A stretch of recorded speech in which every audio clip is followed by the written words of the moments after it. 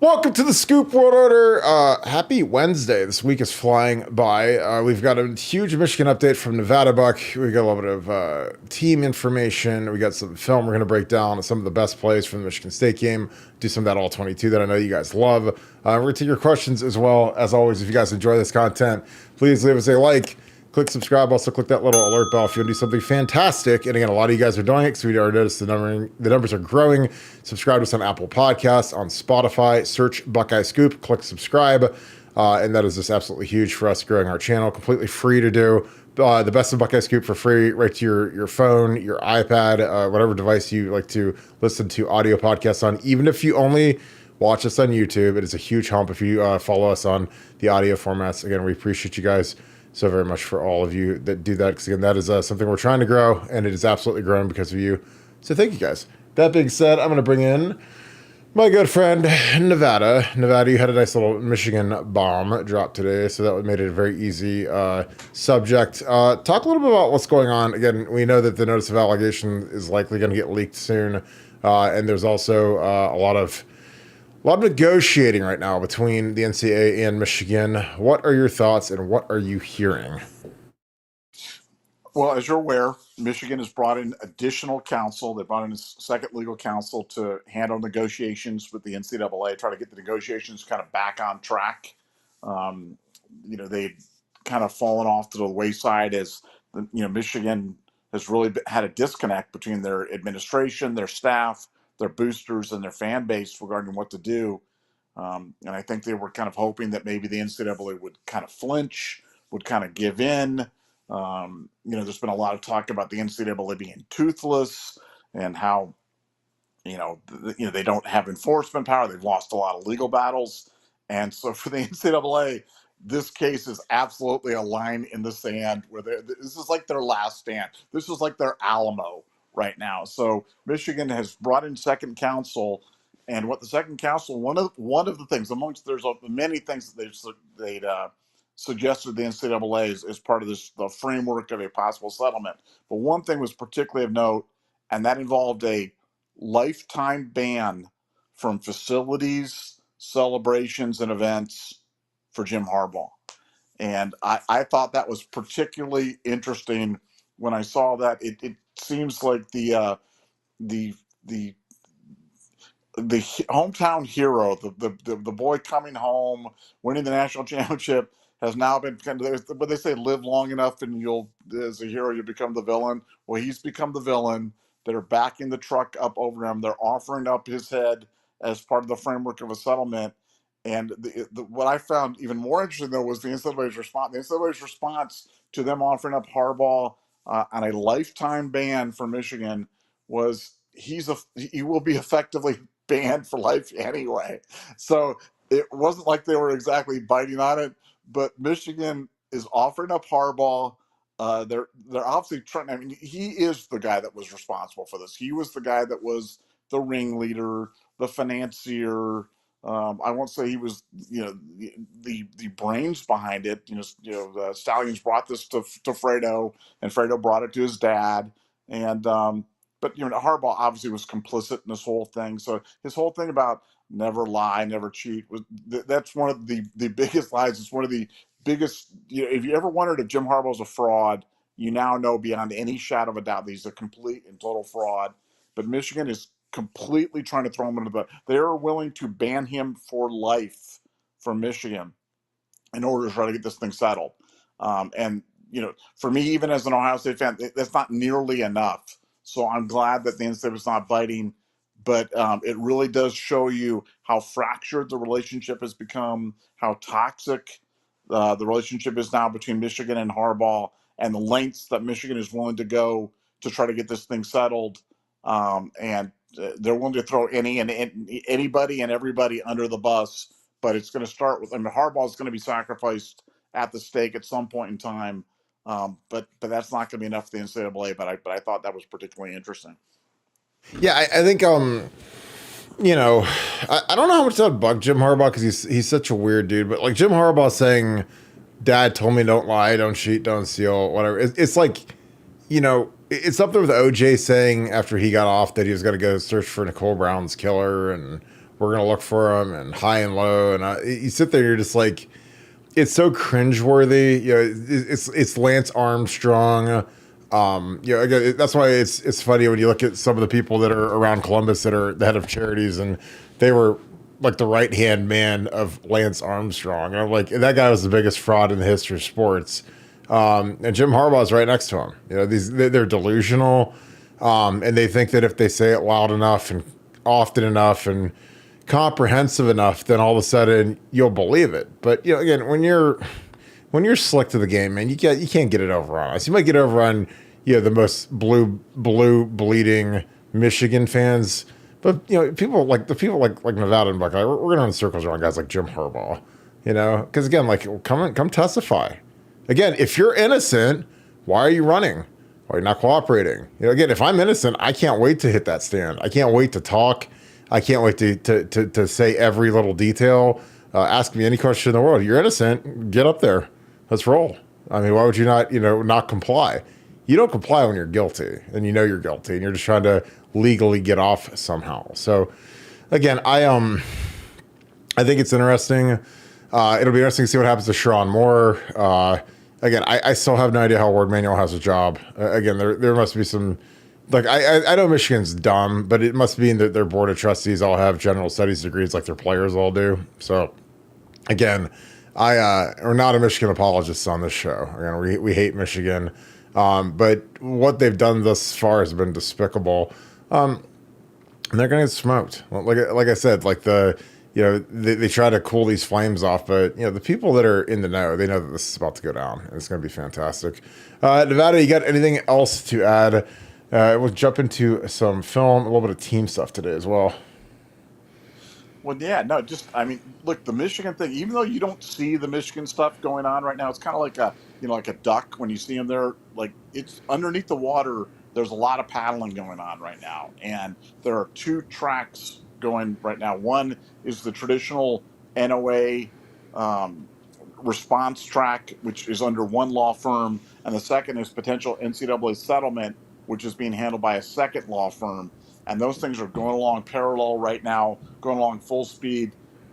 Michigan's in a crisis mode right now. I mean, they're meeting every 3 days on this amongst their little subcommittee groups, getting their legal updates from their two different law firms.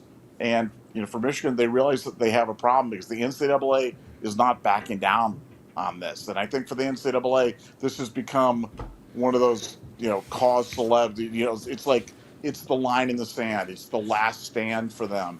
And they realize if they can show the rest of the college football world that they can, you know, bring this criminal to justice right now, they'll regain some credibility in the college football world. Because, you know, Urban Meyer was talking about it earlier this week, talking about how, you know, when he was, you know, a young coach, you know, he'd be spending hours memorizing the NCAA rule book and trying to figure out, you know, what's legal, what's not legal, what are the things you don't want, because you don't want to run afoul of the NCAA.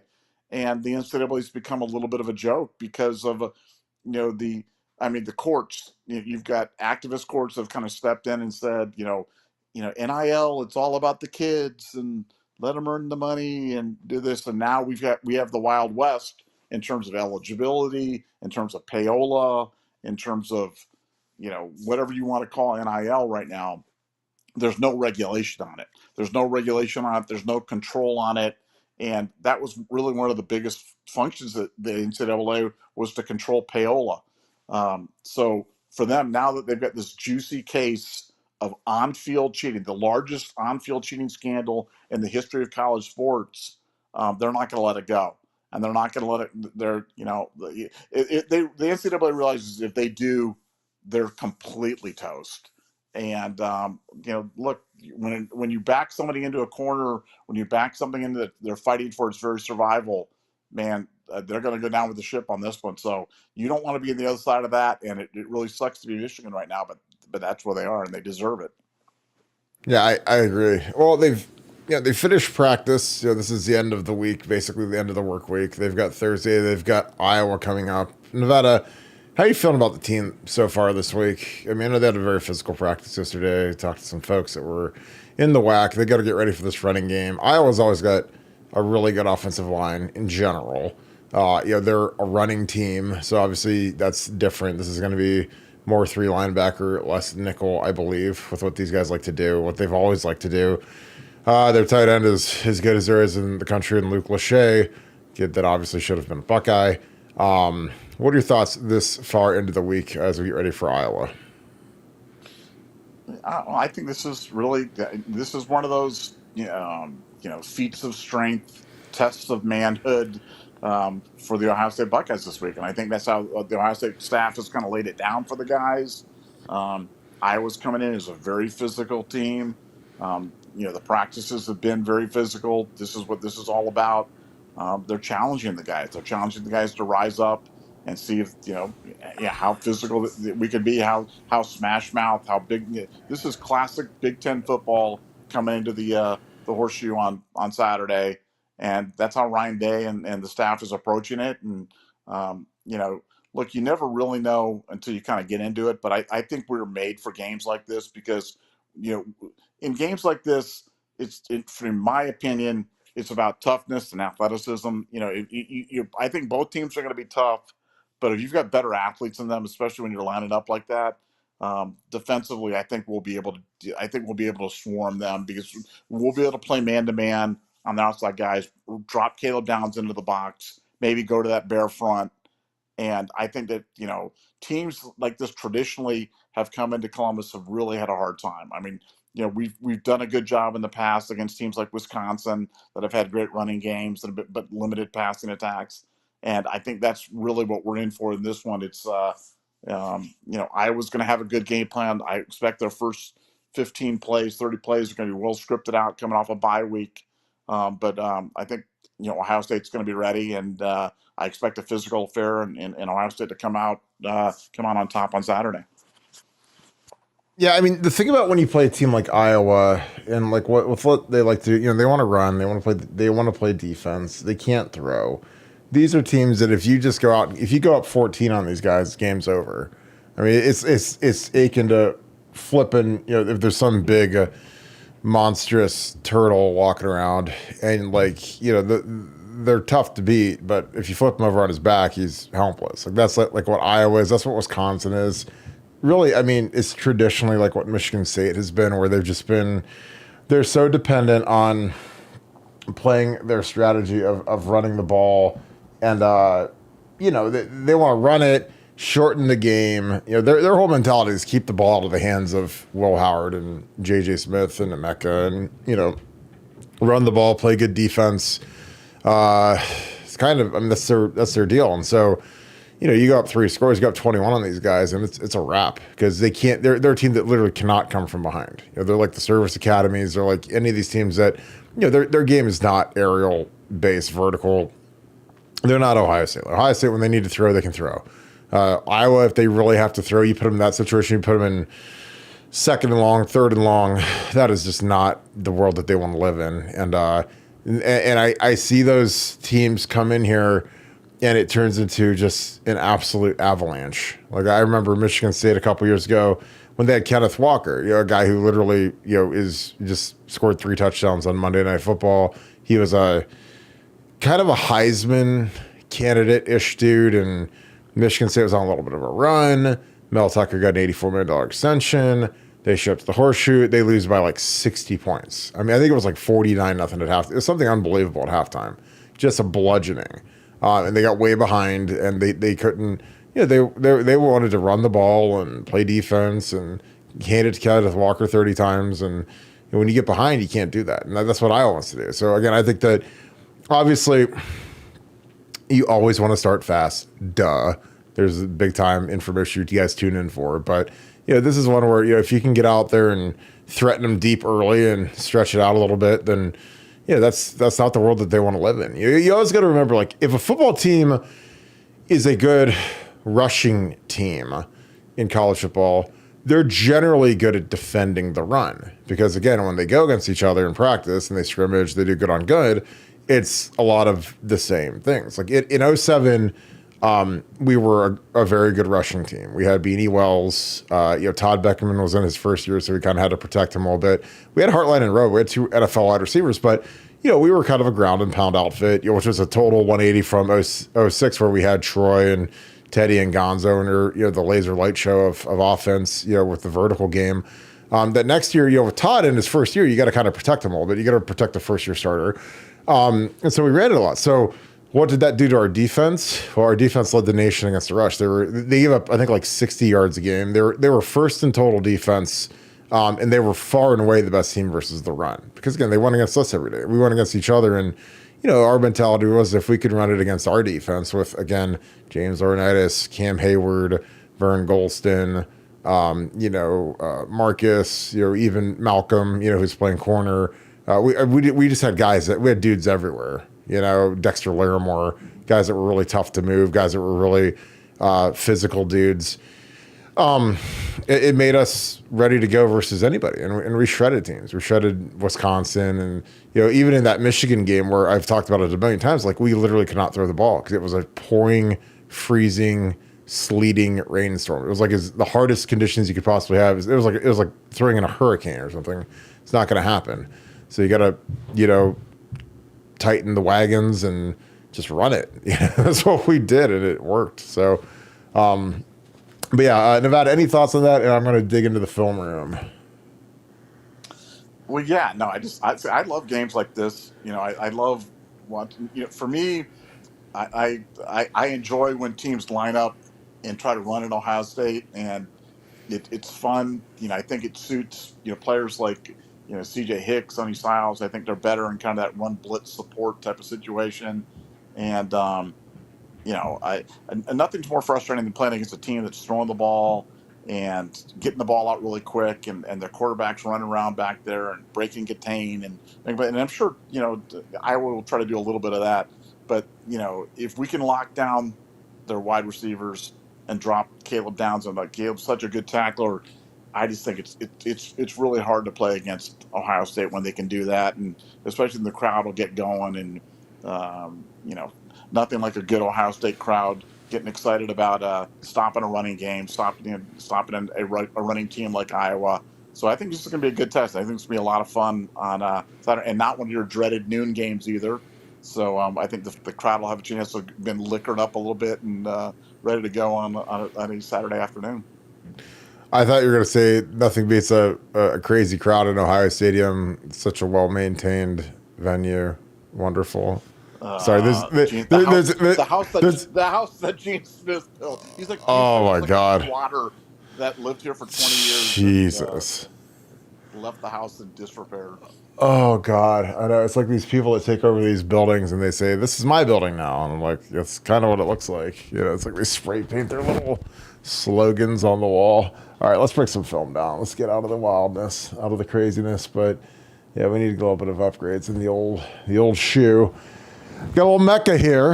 Again, this is a nice little pin play here. This is a force of nature blocking. If I was G, if I ran the world, I'd make him get in a 3-point, or I'd make him switch his stance so that he has outside foot up, because, again, his footwork is so inefficient. And again, I know that the guy who's coaching him doesn't know anything about football, so he can't figure out how to fix this. But again, he has to do this stupid thing right here, where he does his little that's so inefficient for blocking.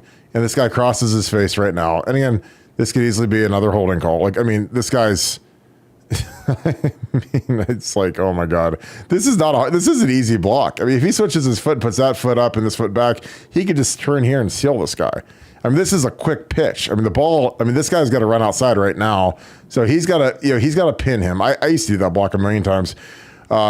Josh has the force guy, which is him. He takes him. And again, this technically isn't legal. They're not allowed to cut you. So I guess this is okay because it's not really a cut. He's not diving as easy. He's just trying to force him back inside. Maybe that's how they're taught to play that. And then you got Carnell in here finding work versus the linebacker, which is great. Quinchon up boogieing. Really good football play. Then you got Mecca back here. Gets a pancake. This is a legit pancake. Look at a Mecca, dude. This is what a senior captain, this is what an All-American looks like. Right in the dirt. So when you get any of these young wide receivers that are worried about getting their nails dirty, show them that clip of a Mecca who's a first rounder putting that guy into the dirt. Nevada, have any thoughts on that? Because again, that Emeka pancaking, G's bad at the point again, but your thoughts on that? Well, those are plays that frustrate me because look, when you have a guy lined up directly across from you, and then he crosses your face, that's tough. If you have a guy lined up outside of you to the left and you're trying to hook him back inside, that's really, really tough. But when a guy's inside of you and you're trying to just get up there and just kind of screen him off in terms of doing it, you should be able to do that 99 out of 100 times. And to see that not done is frustrating because that blocks the key to the whole play. The defensive, player puts himself in a perfect position to be pinned on the inside, and G lets him get across. I mean, if I'm coaching youth football and happened to a youth, I'd be all over the kid. I'd be all over. Let alone G Scott, who's a guy who's been here 4 years, and like he's got to be better than that. And I'm not trying to be on G had one of his better, more productive games, touchdown catch, some other blocks and stuff like that.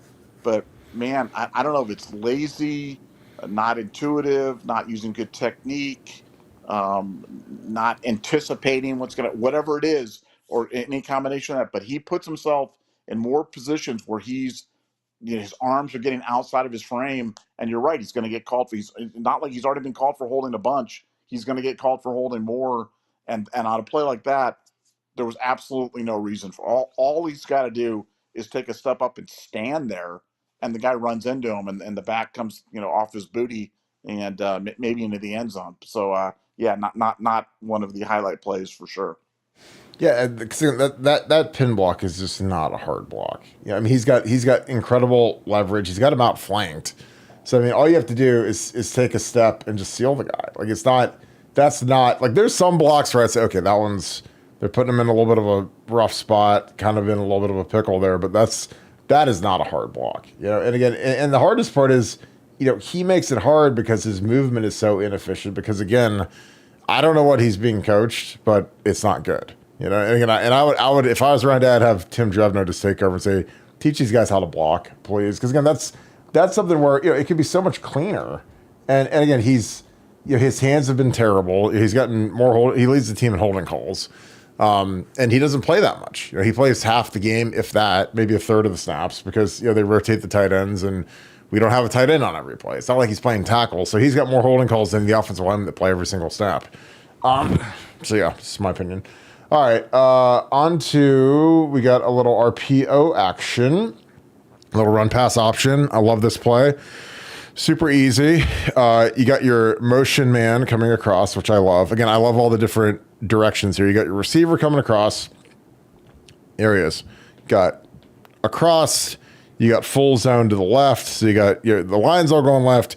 Trey Henderson's going left. Will Howard is yanking it. Quick little nice easy throw. Mecca out here at the point. Nice and easy. And you're to the safety. So again, on grass, or our field, which is our terrible turf field, this guy has got to cover all this ground, and Carnell can loop back here, which he does, and you're off to the races. So again, I love this little RPO action. Break this down for you real quick. You got you're reading this guy right here. So run pass option RPO. You've got everyone zoning left. If he stays static and he just sits right where he is, then you are going to hand this ball to Trey Henderson, and he's going to go out the gate. So if you hand it off right here, and Trey's doing this little vertical sweep, it's going right there. Nice and easy. Now, this guy does not stay static. He flows with Trey. So as soon as, again, you can see, look at Will's eyes. Will's looking right at him. So again, you got your little Madden vision scope right here. He's looking right at him. So when this guy's flowing this hard, this guy's chasing, it's a super easy read. It's just it's pull and then it's pull and pitch, get your guys out in space. He's deleted. JJ's got him, and it's boogie time. So Carnell's got plenty of room. I mean, this is just so easy. It's so fun. And again, I think that Will Howard executes this much quicker than Kyle McCord because I don't think the Kyle McCord has this kind of twitch. I don't think he's going to pull it. I don't think he's as effective in this RPO game. But he yanks this, flips his hips, and this is just excellent. Like perfect throw, nice easy throw. Again, because sometimes as dumb as it is, like to pull it, flip your hips and hit this guy in stride, it looks easy because it's such a short throw. But, like this is one, he puts it right on the money. And again, I love everything about this. And again, the O-line doesn't really have to block anybody. This whole zone front side. And again, you got the guy coming back across. So you've got all these different things that guys have to manage. Like the safety right here has no clue what to do because he sees the whole offensive line going this way. Then he sees the receiver coming this way. So he's kind of caught in this like type of hell where now all of a sudden he's like, oh my God, like I took steps this way. And now he's basically canceled out of the play. So now you got Carnell out here boogieing.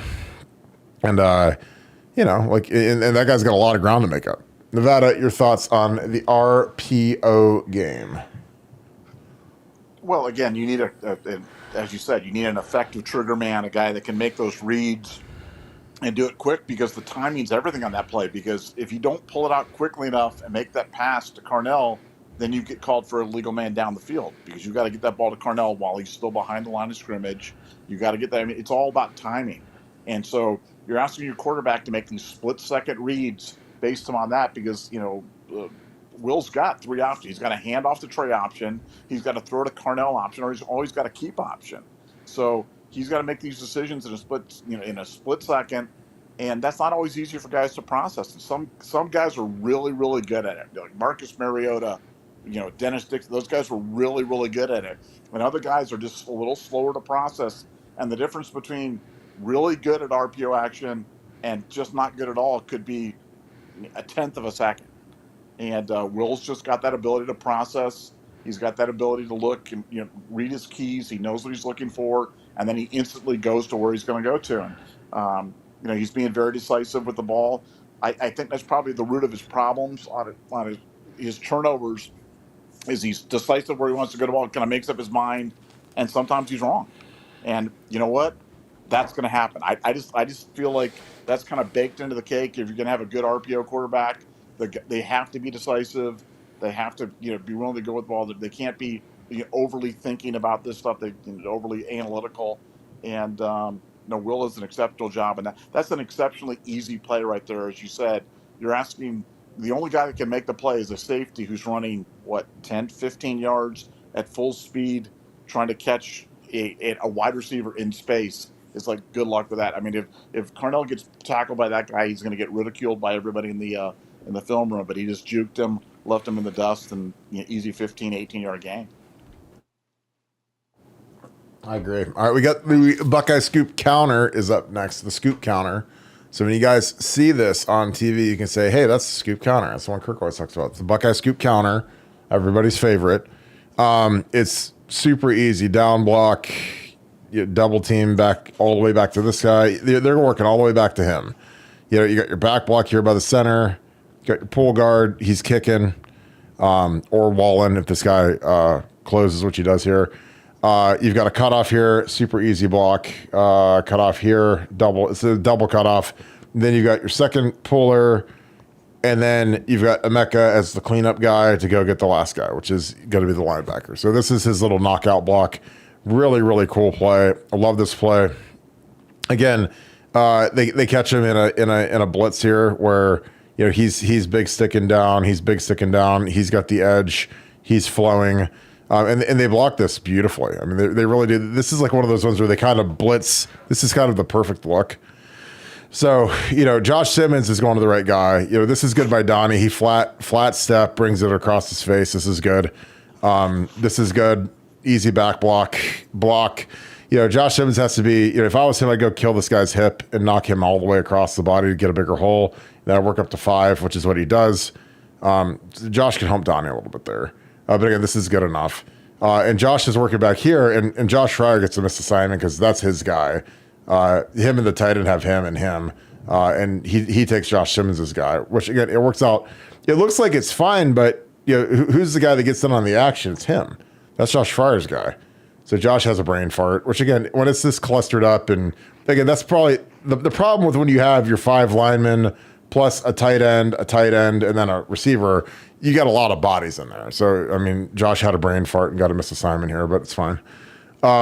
This is really good by who we got pulling first. We got Austin Seyerveld pulling, got the wrong arm. logs them right here. This is very good by Austin. He's an excellent puller. He's been like that since high school. Bennett Christian, I believe, it looks like 85 with the kick. And then we've got the All-American, who, again, when Brian Hartline is recruiting wide receivers, he's probably not showing him this play. Hey, guys, we're going to have you be the lead blocker on 27. He's got a neck roll and knee brace, and he's a all Big Ten linebacker. And you're going to go run into that dude. Now, again, Emeka does a great job, but that guy is probably getting dogged out that he got curb stomped by a receiver. But hey, it works, and it's a gainer. And but again, this could be even cleaner if Josh just takes his guy. But I mean, his guy's out of the picture, but he's probably trying to help out. And that guy nicks Quinshawn right here. So again, that's a missed assignment by Josh Fryer, but. It's so clean. I mean, I don't think it would have made any difference because it's not like that's the guy that made the play, but he did kind of slow him down a little bit. Nevada, your thoughts on the Buckeye Scoop super counter? Love the super counter, but you see, the hallmark on all these plays, like the plays that you just broken down. On every play we've got like lineman going left, lineman going right, and you just don't know. If you're one of those guys that's reading the guards, which is what a lot of the good safeties and linebackers do, they read the guards, try to lead them to the ball. You just don't know where this play is going, and you've got so many different options off of this. And this is the stuff that I dreamed about Ohio State running for so long, and we talk about it, and it seems so obvious. And it was really interesting because we would talk about this, and we'd get pushback. There was a segment of the fans like, no, we don't need to do that. We just need to line it up and run it over people and point to the hole and go there and do it. And I'm like, man, I don't think you can do that in 2024. I think the defenses are too good. I think the teams are too sophisticated. And, this is offense on easy mode right now. And, it'll be interesting to see how it operates against a really good, disciplined defense like Iowa. But I think this stuff is really tough. It's really tough to defend because there's just so many options off of it, and there's so much eye candy and so many guys going in all different directions. You just never know where the ball's going to end up, and that's what I love so much about plays like this. Yeah, I can't take people seriously that try to tell me that the way that we should do it is we should just line up and just ram our head into the wall. It's just, again, my high school coach always had a great saying. He said, the people that say that kind of stuff, they'd attack a walled city because they're that dumb. You don't, in general, if you're, old school combat, you're not attacking a walled city. You figure out a different way to do it. But that's basically what it is. It's I mean, you might be able to line up and just push back, some terrible team, but you play Georgia and Bama, and they've got players that are as good as you. You better figure out a way to out scheme them. You better have some stuff that confuses them. Because something that is a huge benefactor to a rushing attack is confusion. That's why Urban Meyer's Florida offense, where there was misdirection and guys that ran 4-2 all over the place, Jeff Demps and Tebow, and I mean it was a numbers game, it was confusion, and it was speed. It wasn't some, like I said, when they beat us 41-14, they didn't have a single offensive lineman get drafted, and their quarterback didn't get drafted. And their running back was a 7th round pick. And they made our defense, which had first rounders and all kinds of great players, look lethargic and terrible. And again, we were just as bad on offense. I'm not saying I'm not blaming the defense because we sucked on offense. We ran 40 plays that night on offense. We were terrible. But our defense, which had Vernon and James and Jay Richardson and all these guys that played in the NFL for a long time, high draft picks, whatever. It was eye-opening how good their scheme was and how they could take guys that I thought were average talents on offense. And Urban Meyer he'd say it's your face. I mean, you go ask about Carlton Medler and some of those guys he had on the O-line. Now, were they good enough to beat us? Yeah. But was the scheme, I remember watching that scheme and I'm just the amount of horizontal running that our defense had to do. It was basically they're running wind sprints the width of the field over and over again because they ran all these horizontal deals and these misdirections, and it's tough. And then you bring Tebow and you run him, and it's just it's really hard to stop. So again, I'm all about if you can combine the power with the speed with the confusion element, it's unstoppable. That's what Chip Kelly does. Like, it's not like Chip Kelly says, "Well, I don't want big, strong linemen." He just couldn't get those guys at Oregon. He couldn't get like they've gotten, obviously they've had some really good guys like Panay Sewell come over the last few years, but when Chip Kelly was killing it, he wasn't. I mean, he had Max Unger, but he didn't have a ton of first round guys out there on his out line. But he was running the ball like crazy because of the scheme, and he ran it on Michigan. He ran on everybody. So, that's just my opinion. All right. I got one more, and we'll start digging into some super chats. But yeah, I love the scoop counter, and I think that this next one is actually, yeah, it is. This is so. Again, we just showed you guys the scoop counter, and I talked about this the other night. So Chip Kelly, who I think is the best offensive coordinator in Ohio State history, well, I know he is. I don't think he is. I know he is. He literally, he called that play first, and then he brings back. He does the scoop counter, except he does it with a reverse. So this is JJ's reverse. So it's the same thing. So you get down block, back block, wall, cut off, and then G does his little dance, and Emeka gets the little seal here. And you got JJ coming around the bend. So you got, Optimus Prime coming around the bend. So again, it's all these guys are thinking, oh, I've seen this. I've seen this pull. I've seen, tight end pull. They're all like, I've seen this, I've seen this action, because it looks just like the scoop counter, except all of a sudden G Scott does, a 360 or a 180, goes one way. He starts going this way, does a 180, swings back around, and and he does a good job there. Does not hold. Again, he does not want to be that guy at the point of attack. So he puts his arms out like an airplane, because he does not want to be called for holding on this one, because this one's so clean, it's crazy. But again, this is the sequence where he did it, and you see Josh Fryer is trying to get up and rip, and again, I have no idea why Josh is not in a 3-point stance. This drives me absolutely crazy. Everybody else is in a 3-point stance. Josh is in a 2-point, especially when you're covered up. If you have a tight end adjacent to you, you should always be in a 3-point stance. There's no reason, unless it's 3rd and 15, that I get it. But if it's like a rundown, get in a 3-point. And again, he could be better here, because again, if you're trying to evade this guy, you want to chop his hand like you're Mr. Miyagi, with your right hand. I would look right at this guy's bicep right here. I look right at his bicep. If I was in my 3-point, look right at his bicep. And as soon as the ball snapped, I'm literally putting my right arm right on that bicep. And then this guy can't touch you. But instead, he puts his hand right in his chest. Because again, Josh isn't good with his hands here. And plus, he's too high in this 2-point.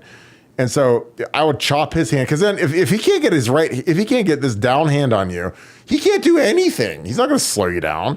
I used to do this all the time. We had reverses with Ted Ginn. He's the best reverse runner in the history of the school. So I get up there, because what he wants to do is he wants to get skinny, get through here, and cut off 5. That's his job.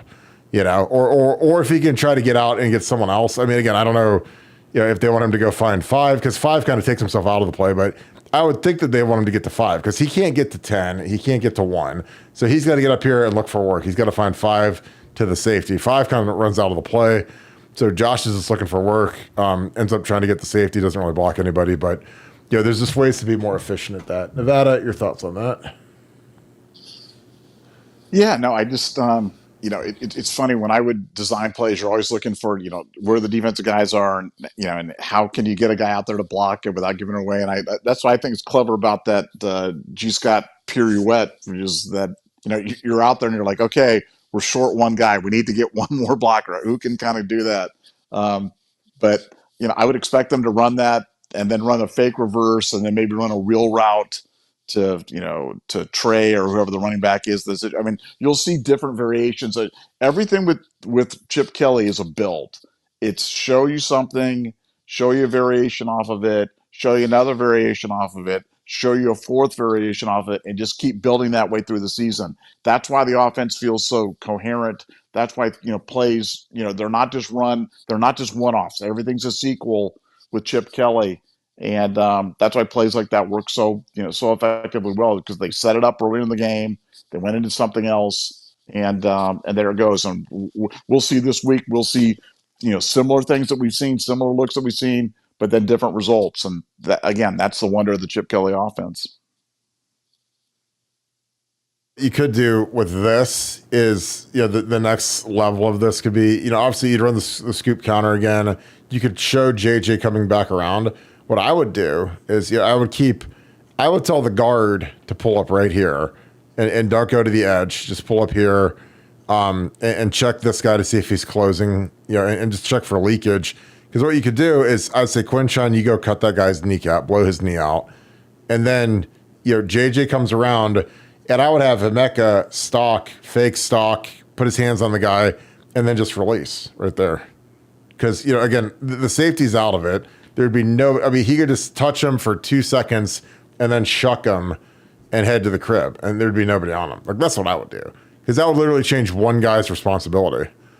Like I said, I would just make sure I'd tell Austin Seiderveld to sit here, hold this, and have him, I'd have Quinshon or Trey, whoever it would end up being, pick up any leakage, because this is you do this spin, JJ comes around, and then he keeps the ball, and he just, Emeka shucks it like 1,001, 1,002, and then he's right there, gone. That's what I would do. Because again, that doesn't change anything. Everything else is doing the same, except for I would just tell, hey, guys, check for leakage, because you don't want Will to hold the ball and then a defensive tackle just blasts him. So you try to prevent your quarterback from getting killed, especially when he's playing really well. If he wasn't playing well, then I wouldn't care, but he's playing really well. All right, let's get into some super chats. Nevada, Brandon Jack, thank you for the 5. I hope you're doing good. Oh, here we go. Rumors of Larry Johnson and Jim Knowles having a disagreement regarding the scheme and use of our rushmen. Have y'all heard anything from this? Great show, Nevada OH. Nevada, I'll let you go first on this one. Look, I think there's always going to be some sort of tension between a pass rush specialist type of defensive line coach like Larry Johnson and Jim Knowles as the defensive coordinator. I mean, Knowles seems bound and determined to not be giving up explosive plays, whether that's on direction from Ryan Day or that's his own personal beliefs or some combination of the two. Ohio State just does not surrender explosive plays, and they've been very, very good at it. Last year they were exceptionally good at it. This year they're continuing to be really good at it, and that may frustrate some people because we play a scheme that might, it's kind of the bend but don't break type of scheme. Could he go to a more pressure look? Sure. If he takes a more pressure look, will that take some of the shackles off the defensive lineman? And with Larry Johnson like that? Absolutely.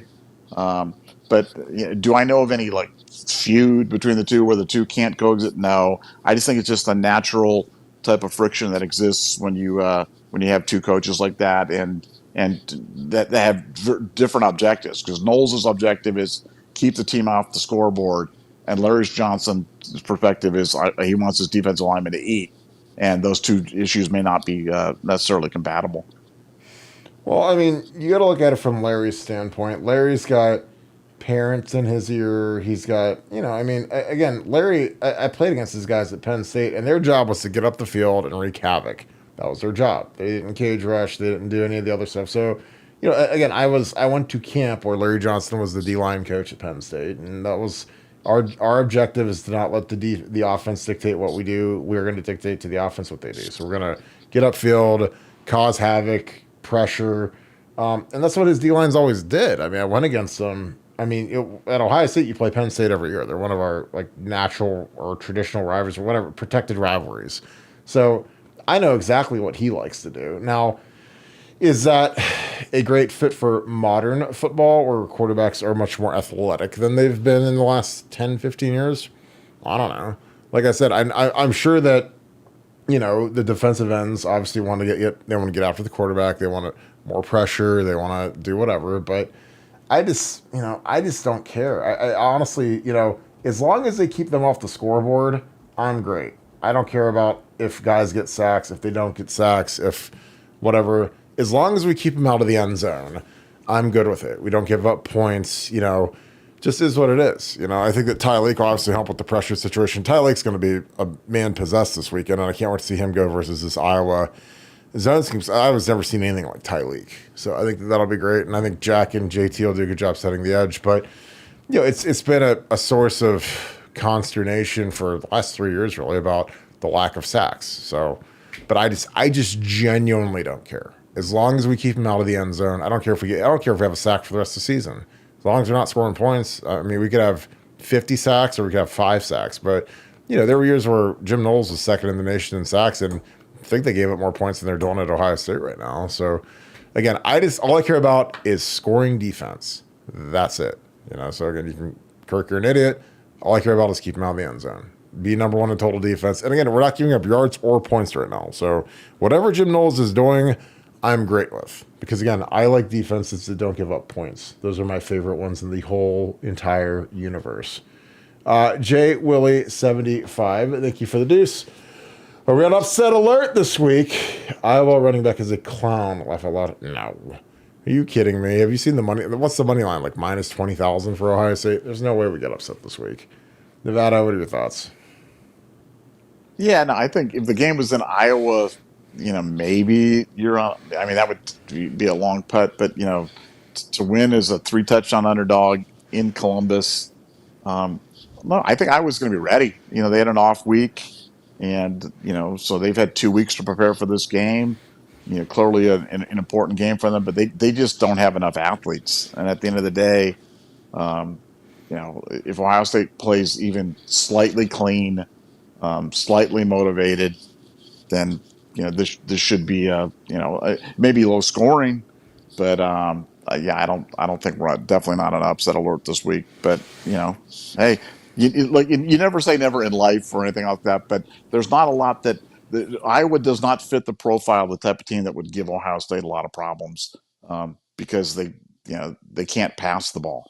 And they struggle very much to pass the ball. And if you can't pass against Ohio State, we can make you one-dimensional. That makes for a long afternoon. Yeah, and I think that we have a portion of the fan base that is like eternally spooked by the 2017 game, which was, again, it was November 4th, 2017. I'll never forget it. I was in Vegas at a pool party for my birthday. It was actually on my birthday.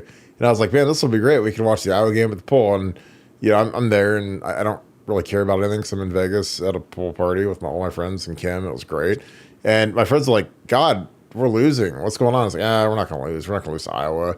We just beat Penn State. Penn State's great. We beat them with Saquon Barkley, and we're not going to lose Iowa. And we end up getting smashed. And I'm just like, what in the universe is going on? And again, I didn't really care because I was in Vegas and I was having a good time. And I'm not going to let Ohio State screw in the pooch, upset me too bad. But that was one that nobody in the universe saw coming. But that team had Hawkinson and Fant, and they were a team possessed that day. And again, that's the thing about football, man, is you better show up, especially at Kinnick. And I remember going into that game, the only thing I thought, I would never be able to predict an upset of that magnitude or of that points, especially after we just beat Saquon. But it was an emotional game, as night game, Penn State game. It might not have been a night game if it was. I don't know if it was a 3:30 but it was a late game. Obviously, you and I were watching it together. And it was like, the big comeback and all that energy. And, Penn State was really good. That was the best Penn State team they've had since probably 94. And they come back, and then they got to go to Kinnick. And I worried about the team because none of those players had ever been to Kinnick. And they'd never been, I don't think any of the coaches had ever been to Kinnick. I know that, Hartline was like an assistant quality control, which is like a kind of a nobody, but he'd been there because he was there in 06. But, we went out there in 04 and just got absolutely bushwhacked by Iowa. And again, I really like Kirk Ferentz. I know people are going to laugh at me because we have the same name, but I love everything about that guy. Like, if my kid was an offensive tackle, I'd send him to Iowa to play for Kirk Ferentz. If he was a tight end, I'd definitely send him there. Because, again, I think that the way that he runs his program is credible. Now, are they ever going to be on our level? No. Do the natives there hate him at this point? Yes, because he's been there for 25 years as a head coach. But he runs a good program. And, again, I always respected those guys because those guys play hard. He doesn't put up with guys, half stepping, being lazy. I always respected Iowa. Now, again, I hated them because I hated every single player I went against and every single team that I went against. I'm not some guy that just, I don't go out and, hug and kiss these guys after the games. It's not my style. And if people are like that, then God bless them. But I'm not wired that way. But I respected Iowa, and again, I got trounced there my first career start, and then we got them back in 05 and 06. So that makes you feel better about that. But I don't think that this team is of that magnitude. Again, they already lost to Iowa State, but I'd be ready for these guys. I mean, these guys, again, they haven't beaten us in Columbus. Kirk Ferentz has never beaten Ohio State in Columbus, ever. And he's been there for 25 years, so you guys can do the math. And we don't play him every year, but that was something they were asking about him in the press conference. Is like, what would it mean to the program to beat the Buckeyes in Columbus? And he's like, well, it's one of the hardest places to play in the country, and they're one of the best teams in the country. And so it wasn't like some resounding thing. They've beaten us in Kinnick a few times, obviously, but even that doesn't happen very often. But I don't know. Nevada, what do you think? Are we on upset alert this week? There's no chance. And the Iowa running back, he's a clown. But if the girl of your dreams, you ask her to prom and she says no, and then you take another girl, and then they say, well, do you want to go with the girl of your dreams to prom? Like, what do you think he's going to say? No, I'd rather go with this hussy instead of that hot mama, whatever. What are your thoughts about it? Yeah, no, look, the loss in 17 was super predictable. I mean, you could make an argument for the Penn State game being one of the most emotional games in the stadium history. I mean, the players were crying on the field afterwards. One of the greatest comebacks in school history, 1 versus 2. I mean, it was a high. It was those teams were really highly ranked. And so to go the week after the most emotional game in school history and play at Iowa, that game didn't. Maybe the way it happened was a little bit shocking, but the fact that it did happen, that wasn't shocking at all. I think that's why this game, like I said, we're coming off a Michigan State game where we had a nice workmanlike effort last week. Yeah, we have Oregon next week, which is a big game, but it's not like the Oregon game is the game of the century, or the cons versus the whatever. Convicts. This is the convicts versus the whatever, the Catholics. Whatever, the Catholics versus the Catholics. Yeah, this is one of those games I can do a 30 versus 30 for 30 on. It's just it's a game, and so I think us being at home with the crowd, I think we'll be just fine. But it's gonna be a good game. It's not a walkover, so it's those are always fun. Yeah, I don't think Iowa thinks it can beat us anyways. I mean, we've owned them for so long that it's been, it's honestly, it's a lot like Wisconsin. I mean, Wisconsin, like, that 2010 game was that's 14 years ago. But that's the thing about when you're Ohio State and you're so good and you're so great, like, people literally will show highlights from like, oh, this is what happened. Because again, they'll show it this week. I'll bet a ton of money. They'll show the 2017 Iowa game on the thing. I was like, that's 7 years. Like, Urban Meyer's gone. Every player's been gone for years. Like, we play Wisconsin, they always show the 2010 game. I'm like, that's 14 years ago. Like, we've beat them like 12 times since then. And you guys are going to show that stupid game, but I don't know. They got to give people the thought that it could actually happen. Poohbeard 12, what is up, brother? Thank you for the 5. Hope you're doing good. On the G. Scott missed block. If he seals the linebacker, Tate can block the free safety, and that is a touchdown. When tight ends practice blocking, who is teaching them, the tight end or the O-line coach? It's the tight ends coach, Keenan Bailey, and it's also Tim Hinton, who's basically a coach now. I mean, I know that he's like the director of, ordering mozzarella cheese or whatever his title is, but he was the tight ends coach when I was there. He's high school relations or something, but those guys can all coach now. So you could have any wackadoo title in the world and be out there coaching. So, Tim Hinton, he's involved with the tight ends. He's in every photo. So, but, again, at some point, like, you got to get these guys to start doing it, And again, I know it's tough on Jeeks. He's a wide receiver, but, I don't know.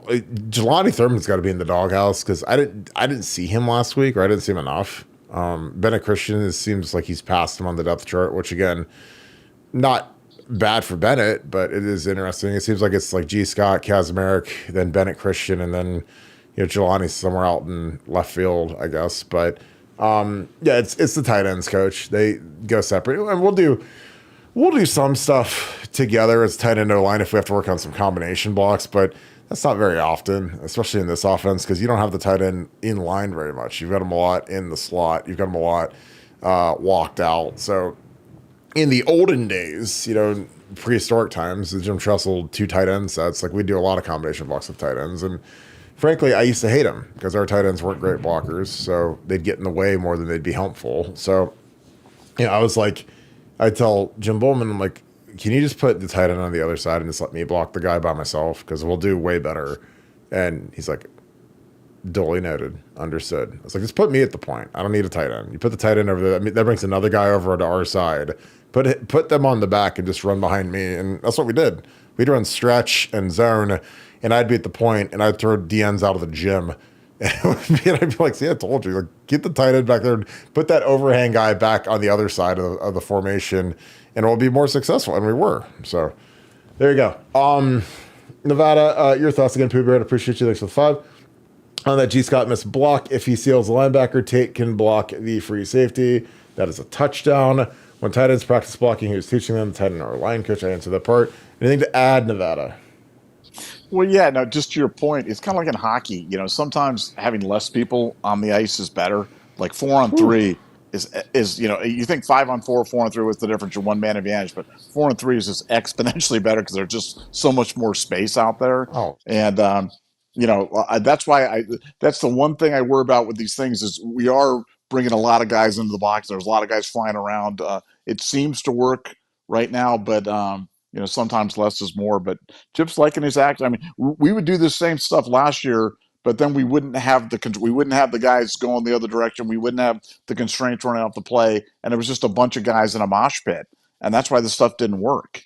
I'm liking that we're running some misdirection off of this and giving some stuff to think about, but sometimes less is more.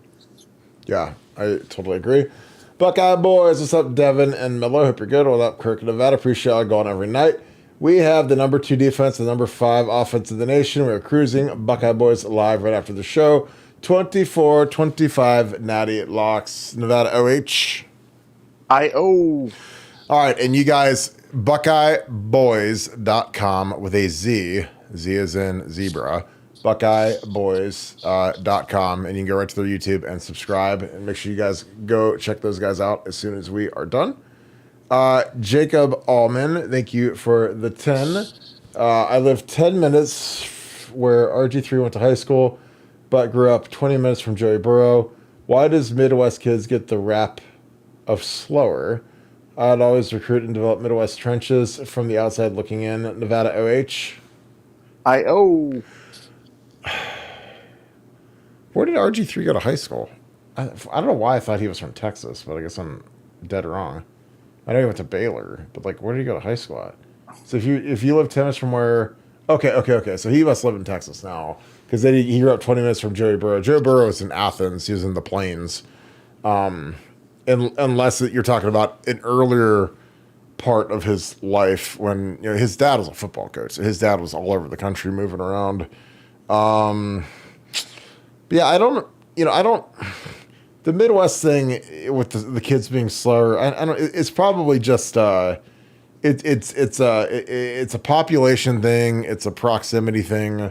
I would obviously think that the state of Florida and the state of Texas is faster, state of California than Ohio is, just because they've got more people, it's hot year round, and just the population. I mean, you've got more speed demons down there just because of the makeups of the population. So I don't take that as a insult, because I just think that it's just the progression of the population. But we had Ted Ginn, like we got guys that can. We had LeBron James come out of Ohio. He's the best athlete maybe ever. So you're 22 in the NBA or whatever. So I mean, he's up there. I mean, again, whatever people think about him, I think he's a moron when he talks sometimes, but you can't knock his longevity in the NBA.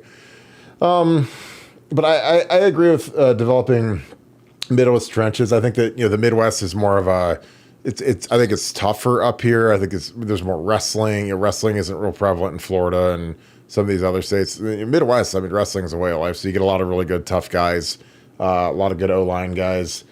Yeah, I don't know. This is an interesting one, Nevada. Nevada, why do you think Midwest kids get the rap of being slower?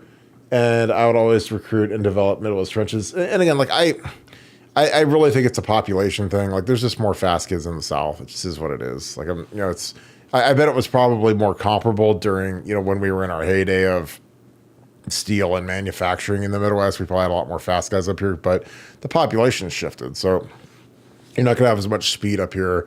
But like when we had like Desmond Howard in Ohio and some of these guys, Chris Carter, and we had plenty of guys that could run that were from up here. Jesse Owens, so plenty of guys that could run. What are your thoughts, Nevada?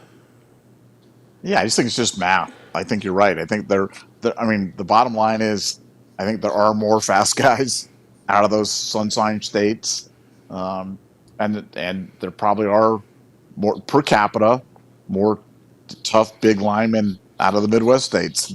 And I just think it's just kind of part of the culture and part of the way that doesn't mean there aren't good linemen down there, or that doesn't mean there's not fast guys up here, as you said. But I just think math is undefeated, and if I'm looking for fast wide receivers, and you say you can only go to one state, I'm going to Florida. That's where I'm going, and Ohio State has feasted in there. You look at all the great wide receivers Ohio State has taken out of the state of Florida. It's pretty remarkable.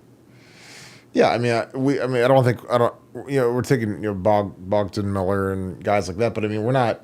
If you said, Kirk, you got to only recruit from 3 states going forward, it's hard to not pick Florida, Texas, and California just because of their size, the sheer size and the talent level. I mean, my next state would be Georgia, but I thought about taking Georgia over California, but it's just like California is so big, so if you want to get skilled players and you want to get good, good everything. If you say 4 states, it's a no-brainer. You're taking Florida, Georgia, Texas, and California, period. Because again, that's where the talent is. And again, I think part of it is, when it's hot, you can run track year round, and you can have track club, and you can do 7-on-7. So I mean, I think there's more skill development in the South because, again, we're just stupid in Ohio to the point where we don't have spring football for these kids. So it hurts these kids when you can't develop them. Because again, it's funny because, smaller schools in Ohio are like, well, we won't be able to field a baseball team or track team or whatever. But I'm like, the way these kids specialize now, like, it doesn't even matter. Like, if a kid's a hockey player, like, he's not going to be able to play 3 sports anymore. He's got to play travel hockey, 12 months a year now, when he's 7 years old. So if he's playing baseball, like, he doesn't get to play football and everything. I mean, he might be able to a little bit, dabble in it, but eventually, these kids, it's so specialized that you can't. If you want to play basketball, you got to go to AAU all summer, and then winter you play for your school, and so it's a different world because in the olden days, like travel sports didn't exist the way it is now. So you can't you could do the multi-sport thing, but now it's like if you're serious about one of these sports and you're trying to make it to college or make it to the league or whatever, like you got to go out there and ball out.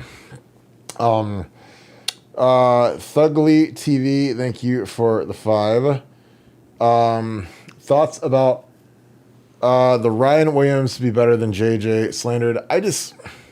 I can't take anybody seriously that thinks that Ryan Williams is better than JJ. And I think Ryan Williams is obviously he's having a phenomenal season, caught that bomb versus Georgia, but I don't think that Alabama's coaching staff would keep him for JJ. Like if they got offered a trade straight up like it was fantasy football, they'd take that trade in a heartbeat.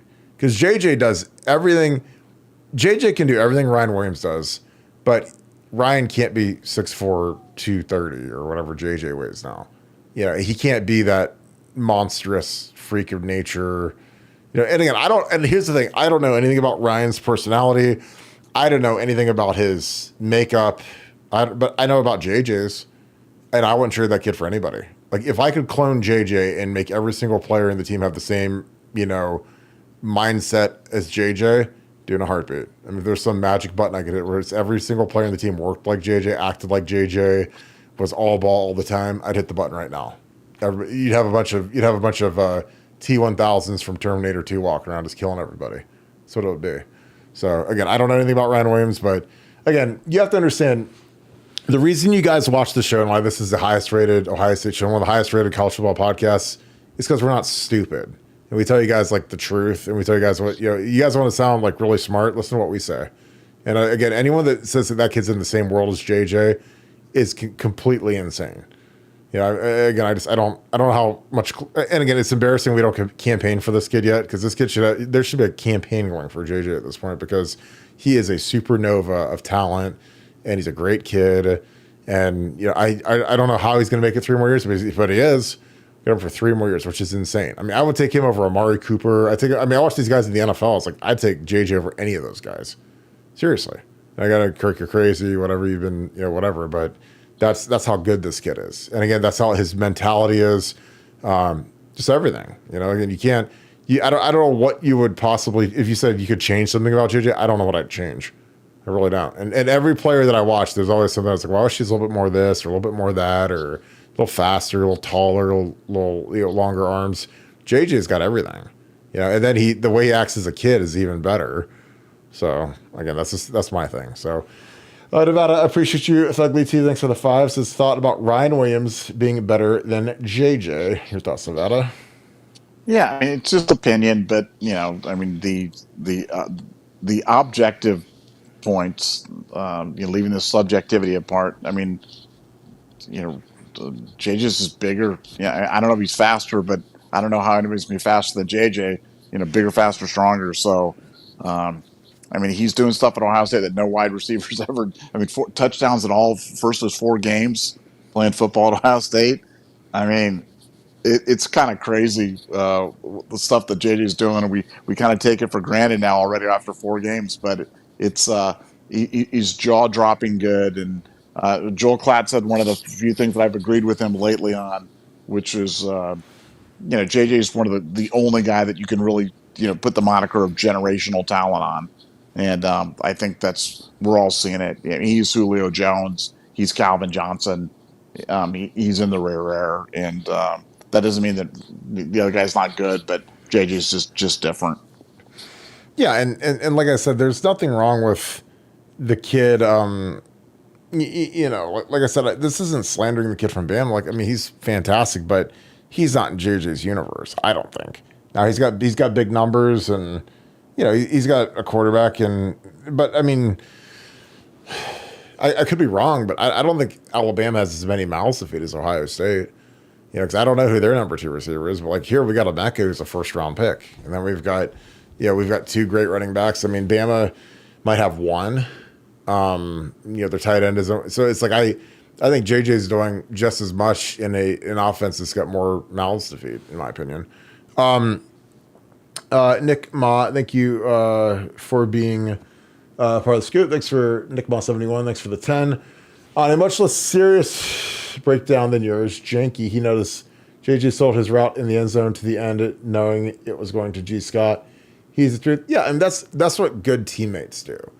There was like when you're a good teammate, you run your route, even if you're the 3rd option or the 4th option, you're probably not getting the ball. You run it like you're the primary, and so because then the coverage dictates it, and the coverage you don't jog your routes, you don't lollygag, and then the coverage has to take you seriously. Now you might not be the option, but you see guys all across football through the NFL, college, that when they know they're not the primary, they jog the route, or they don't hold the attention of the safety, or they don't do whatever. And that's selfish football. That's the same as not blocking. Like receivers, obviously, receivers are like defensive ends. They're judged by their receptions and yards. That's it. Not their impact on the game.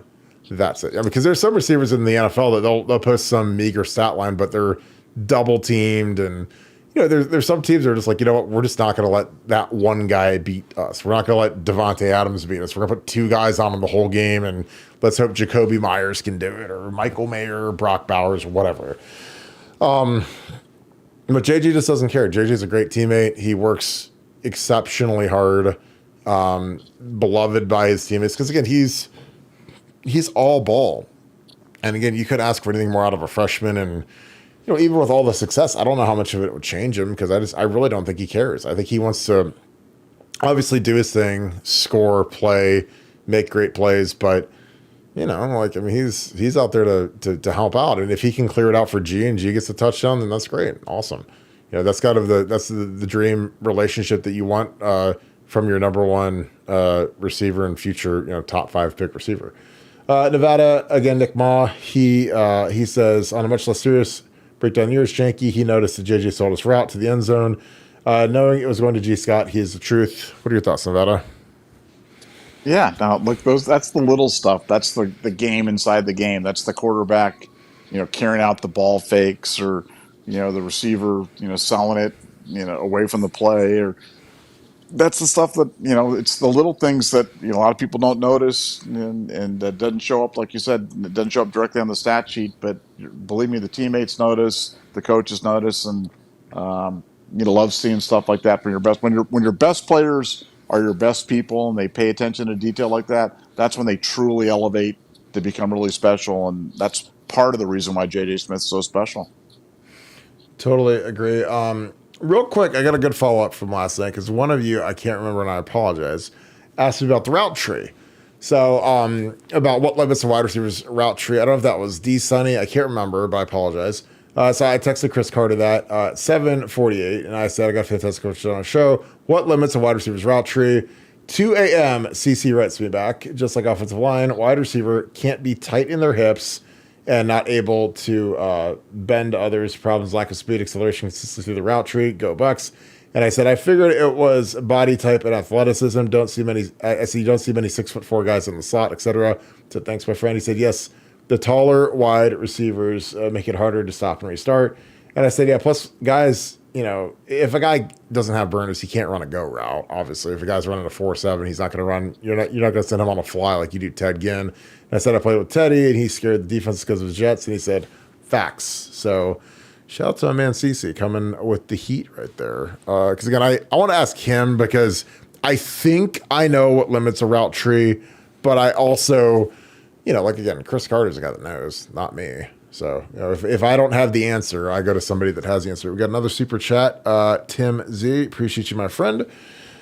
Going to the Oregon game next week. And Nevada mentioned he waits for the last minute to buy tickets. How long do you usually wait? Boy, I wait as long as humanly possible because, again, guys, you have to remember your advantage is that it's all electronic now. Like, there's no paper tickets. You don't have to have that anxiety attack that, oh my God, I might get to the stadium and I might not be able to find paper tickets. Now it's all on Ticketmaster. It's on StubHub. So, if you wait a little bit, you get close to kickoff, there might be some people that don't want to go to the game or they cancel going to the game. And, a lot of times ticket prices plummet. I know that a lot of people want to get theirs and make sure they have them in hand. But I promise you, like, if you want to go to the game and you go to the stadium and day of your, on your Wi-Fi on your phone and you click it and you've got some money, you can get into the game. You can sit wherever you want. But I don't, like I said, I wait as long as possible because I always feel like the market crashes the longer you wait. Like, I think if you buy them like right now, kind of buying at the top of the market, because again, you never know. And I'm not saying, there's no shot in the universe that Michigan State is going to beat Oregon this week, but it's like, you never know if a team loses and then all of a sudden the fan base is like, oh, I don't want to go now because Ohio State's going to kill us, or Oregon's quarterback might blow his ACL out this week. Like, you don't know. There could be some crazy event that happens and all of a sudden the ticket market crashes and you're like, man, I'm glad I didn't buy at the top of the market. But I don't know. This is my opinion. Nevada, Tim Z again, thanks for the 20. Appreciate you, my friend. It says, going to the Oregon game next week. Nevada mentioned he waits till the last minute to buy tickets. How long do you usually wait? So I gave my spiel. What is your spiel? Yeah, I think that I'm probably as familiar with this as anybody. Always wait.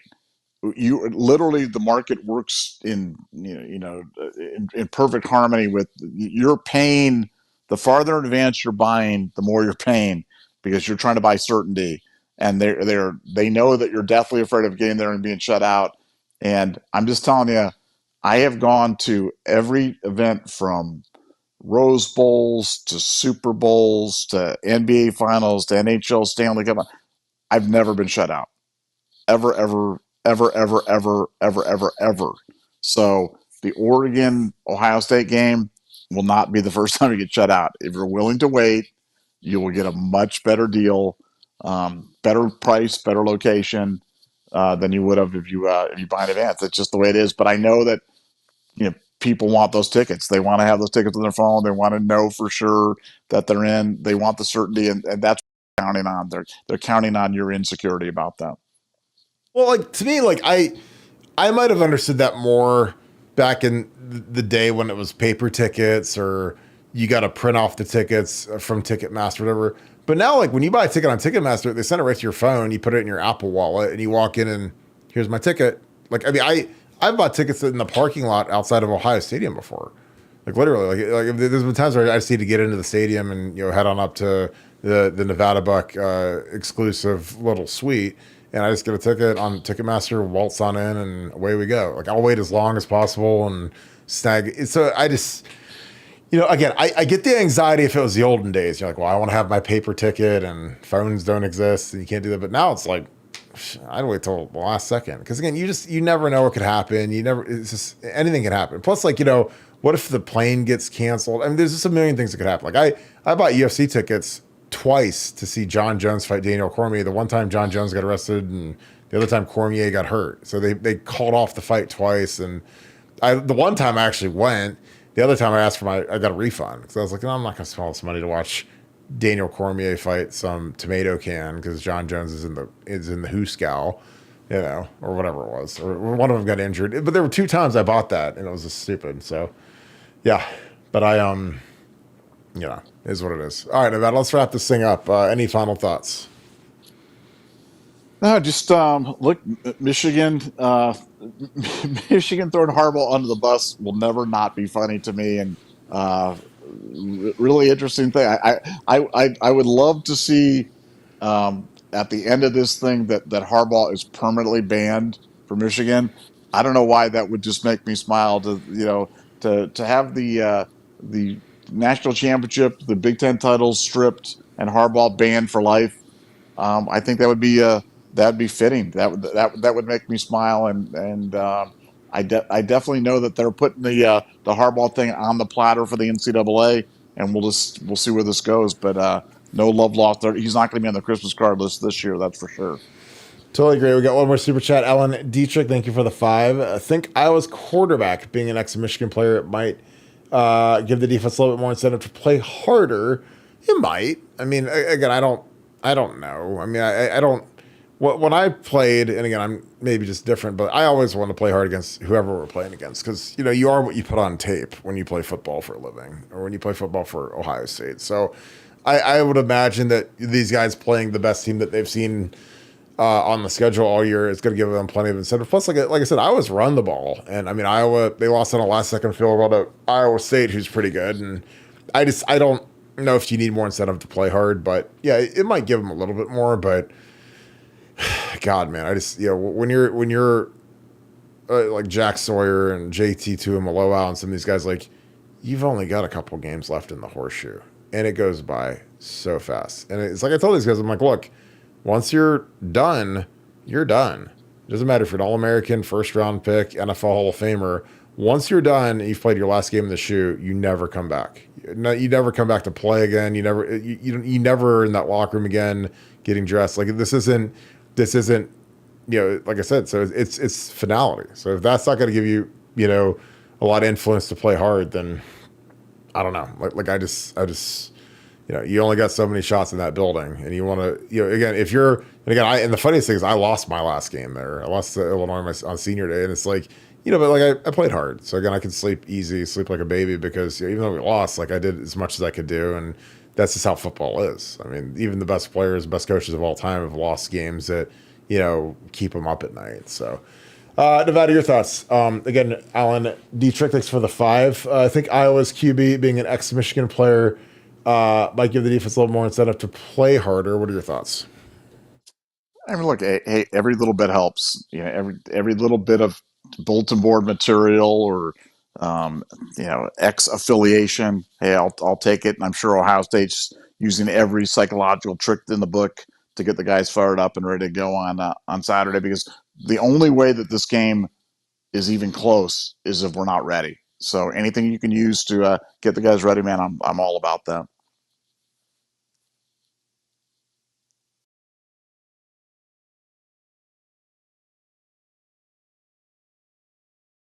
Excuse me. I just enjoy doing these film breakdowns so much. If you guys enjoy our content, please leave us a like, click subscribe, also click that little alert bell. If you really enjoy these film breakdowns, get on Apple Podcasts, click Buckeye Scoop, subscribe to our show. Again, we've been trying to grow the audio format, and it's helping dramatically. We appreciate you guys so much for all that you guys do. Again, we're trying to grow the platform, and it's doing really, really well thanks to you guys. And we never ever take you guys for granted. So thank you guys for kicking with us. If you guys are got plans to go to the game, put it in the comments. I want to hear what do you guys do on game day for this Iowa game? Do you guys host a party? Do you go out to Buffalo Wild Wings? Do you go out to Twin Peaks? Do you head to the stadium? So put your comment what you guys feel like doing. And that being said, thank you so much, Buckeye Nation. Thank you, Scoop family. We will talk to you guys tomorrow. Cannot wait. Go Bucks.